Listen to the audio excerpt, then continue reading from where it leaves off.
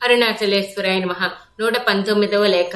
నిధిధ్యాస 21/5/47. నిన్న ఉదయం 8 గంటలకు ఆర్య విజ్ఞాన సంఘం విషయంలో పనిచేస్తూ భగవాన్ శిష్యకోటిలో చేరిన డాక్టర్ సయ్యద్ శ్రీవారి దర్శనార్థం వచ్చి భగవాన్ ఇట్లా ప్రశ్నించారు. లోకమంతా ఆత్మస్వరూపమేనని భగవాన్ సెలవిస్తారే, ఇన్ని కల్లోలాలెందు గోచరిస్తున్నవి లోకంలో? భగవాన్ ప్రసన్న వదనంతో అదే మాయ అంటారు. వేదాంత చింతామణిలో ఆ మాయను 5 విధాలుగా చెప్పారు. ఆ గ్రంథం కన్నడ భాషలో నిజగుణ యోగి అనేవారు రాశారు. అంతలో వేదాంత పరిచ్ఛేదం వేదాంత భాషకు ఒక లక్షణ గ్రంథం వంటిదని చెప్పవచ్చును. దానికి తమిళ్ అనువాదం ఉన్నది. తమస్సు, మాయ, మోహం, అవిద్య, అనిత్యం అని మాయకు 5 పేర్లు. జీవ చైతన్యాన్ని మరుగుపరిచేది తమస్సని, జగద్రూపమైన తన్ను వేరుగా దోపించుటకు కారణమైనది మాయ అని, అట్లు తోపించుటకు జగమున సుక్తి రజత భ్రాంతి కలిగించేది మోహమని, విద్యను చెరపినందున అవిద్య అని, సద్రూపమునకు అన్యమైనందున అనిత్యమని చెప్పబడినది. ఈ 5 మాయల వల్ల సినిమా రంగంలో వలె ఆత్మలో ఈ కల్లోలాలన్నీ గోచరిస్తవి. ఈ మాయను తొలగించేందుకే లోకమంతా మిథ్య అని చెప్పబడింది. ఆత్మ తెర వంటిది.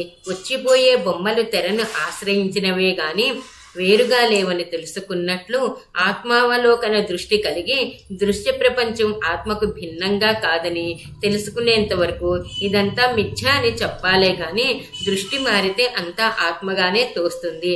అందువల్ల మిథ్యగా చెప్పిన వారే తిరిగి అంతా ఆత్మస్వరూపమేనన్నారు. దృష్టి గదా ప్రాధాన్యం. దృష్టి మారితే సృష్టిలోని కల్లోలాలు మనను బాధించవు. సాగరం కంటే అలలు భిన్నంగా ఉన్నవా? అసలు అలలెందుకు వస్తవి అంటే ఏం చెప్పగలం? సృష్టిలో కల్లోలాలు అంతే, అలల వలె వస్తవి పోతవి. ఆత్మ కంటే భిన్నంగా లేవని తెలుసుకుంటే ఈ ఆందోళన ఉండదు అన్నారు భగవాన్. భగవాన్ ఎన్నిసార్లు బోధించినా మాకు తెలియటం లేదే అన్నారు ఆ భక్తులు దీనంగా. అంతా నిండి ఉన్న ఆత్మను తెలుసుకోవటం చేతకాలేదంటారు. ఏం చేసేది? నేనున్నాను, నేను చేస్తున్నాను, ఇది నాది అని చంటి బిడ్డలు కూడా అంటారు. అందువల్ల నేననేది ఎప్పుడూ ఉండే వస్తువని అందరికీ తెలుస్తూనే ఉన్నది. ఆ నేనేననేది ఉన్న వెనుకనే నీవు, నీ శరీరం, వాడు వెంకన్న, వీడు రామయ్య ఇత్యాదులు వస్తవి. ఇట్లు ఎప్పుడూ ఎదుట ప్రత్యక్షంగా ఉన్న తన్ను తానుగా నెరుగుటకు దీపం పెట్టి వెదకవలన ఏమి? తనకన్నా భిన్నంగా లేని ఆత్మస్వరూపం మాకు తెలియటం లేదే అనటం మాకు మేమెవరమో తెలియటం లేదు అనగా మేము మమ్ము ఎరుగము అన్నట్లుంది అన్నారు భగవాన్.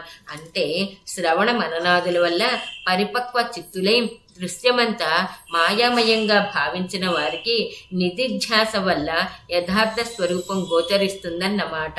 అంతేనా భగవాన్ అన్నారు ఆ భక్తులు.